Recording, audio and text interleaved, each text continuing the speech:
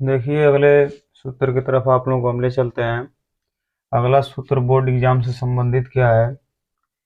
अगला सूत्र ये है कि संख्याओं तथा उनके मौसा और लौसा के बीच संबंध। संख्याओं दो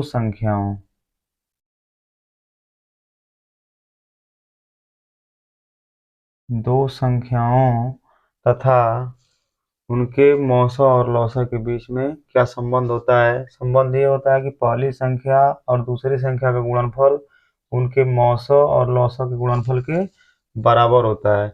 अगर कोई भी सवाल इस पे दे दे तो इस सूत्र में हम प्रयोग करके लगाएंगे तो इसका आंसर आ जाएगा।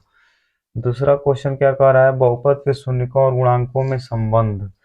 बहुपद के शून्यकों और गुणांकों में संबंध होता है द्विघात समीकरण।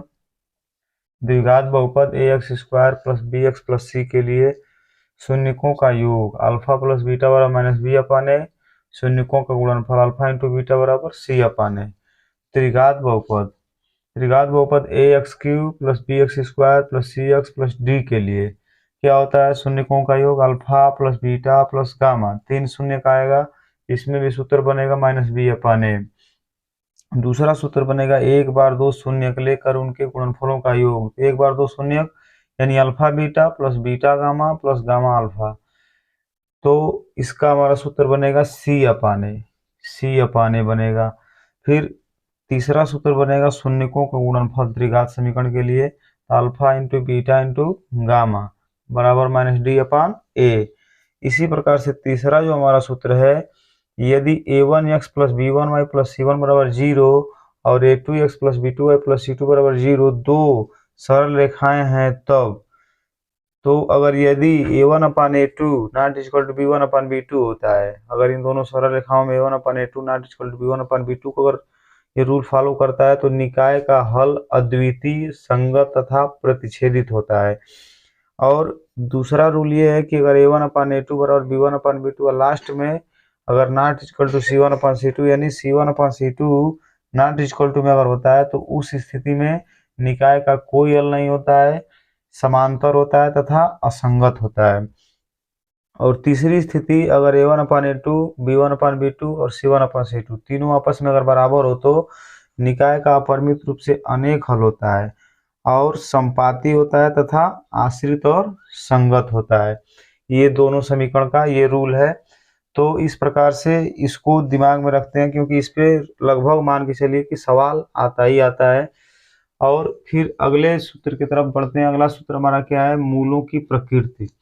द्विघात समीकरण मान लीजिए अगर हमारा दिया हुआ है ax² plus bx plus c बराबर 0 के लिए, तो विविक्त कर d बराबर होता है हमारा सूत्र b² माइनस 4ac, यानी b का स्क्वायर माइनस 4 के साथ a और c का गुणा कर दिया जाता है, फिर घटा दिया जाता है, आंसर आ जाएगा। सिरदराचार का सूत्र हमारा बनता है x बराबर minus b plus minus under root में b² माइनस 4ac अपान 2a। इसी प्रकार से चौथा सूत्र, दो भिन्न वास्तविक मूल होते हैं यदि b² minus 4ac is greater than 0, यानी कि विविक्तकर का मान अगर 0 से बड़ा आता है तो दो भिन्न वास्तविक मूल होते हैं। अगर दो बराबर वास्तविक मूल होते हैं तब विविक्तकर का मान शून्य आता है। जब विविक्तकर का मान शून्य आता है तो दो बराबर वास्तविक मूल होते हैं। अब कोई वास्तविक मूल नहीं होता है तब उसका रूल होता है कि b² माइनस 4ac, यानी इसका मान ऋणात्मक आता है, 0 से छोटा। 0 से छोटा का मतलब कि ऋणात्मक इसका मान आएगा। उसी प्रकार से पांचवा सूत्र जो हमारा बनता है रैखिक समीकरणों a1x plus b1y plus c1 बराबर 0 और a2x plus b2y plus c2 बराबर 0 के लिए सूत्र क्या बनता है बॉय गुणन विधि का, कि यक्स देखिए पहले 3 बनाते हैं, पहले ऐसे 3 मल्टीप्लाई का निशान लगा करके पहले निशान बना लेते हैं। उसमें हम क्या करते हैं, पहले वाले में x लिखते हैं पहले वाले खाने में, दूसरे वाले खाने में y लिखते हैं, तीसरे वाले में 1 लिखते हैं अक्षर पद। तो इसमें हम क्या करते हैं, b से शुरू करते हैं और b से ही खत्म करते हैं। b से ही शुरू होता है, b से ही खत्म होता है। a b c